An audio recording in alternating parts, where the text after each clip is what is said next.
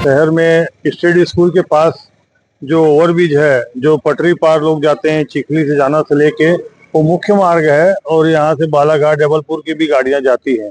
वो इतना ज़्यादा यहाँ पर दबाव से हो चुका है, ट्रैफिक दबाव में, कि 2-2 घंटे जाम लगे रहता है और जिसके लिए कई यहाँ पर कई जाने भी चली गई हैं।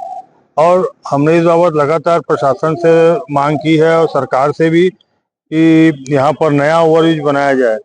यहाँ के विधायक माननीय डॉक्टर रमन सिंह जी ने अपने चुनावी घोषणा पत्र में भी रखा था कि हम यहाँ पर नया ओवरब्रिज बनाएंगे। आज हम जब यहाँ दे रहे हैं मुख्यमंत्री के नाम से ज्ञापन कलेक्टर महोदय के माध्यम से, और ये भी जानकारी आ रही है कि उन्होंने कहा है कि बन जाएगा, पहले अंडरब्रिज बनेगा, स्वीकृत है, ठीक है, अंडरब्रिज बनेगा, दोनों उसके बाद बनेगा।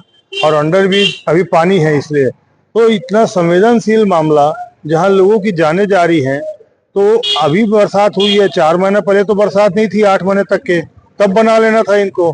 तो ये चाहती है, भाजपा के लोग चाहते हैं कि धीरे धीरे समय बीतता रहे, अंडरब्रिज के नाम से हम काम को अटकाते रहें, और जब चुनाव नजदीक हो तो ओवरब्रिज यहाँ पर हम बनाएं और उसका हम फायदा लें, वोट हमको मिलेगा कि देखो हमने ओवरब्रिज बना दिया।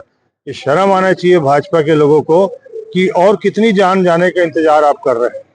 आपकी राजनीति, आपकी कार्यप्रणाली भाजपा की यही है कि आप लोगों की जान जाने का इंतजार करेंगे। आप यदि चाहते तो अंडरब्रिज तत्काल 8 महीना पहले बन के तैयार हो जाता और अभी तक के ओवरब्रिज का निर्माण चलते रहता। तो ये इस प्रकार का जो जनता के साथ खिलवाड़ नहीं चलेगा। और कांग्रेस के लोग लगातार इस बात की मांग करते आ रहे हैं। भाई हफीज खान जी पार्षद हैं, उन्होंने भी धरना आंदोलन किया है इस बाबत कि नया ओवरब्रिज भी बनाया जाए, अंडरब्रिज भी जल्दी निर्माण किया जाए। और हमारे ब्लॉक अध्यक्ष आसिफ अली जी हैं, उन्होंने भी इस बाबत धरना आंदोलन किया है।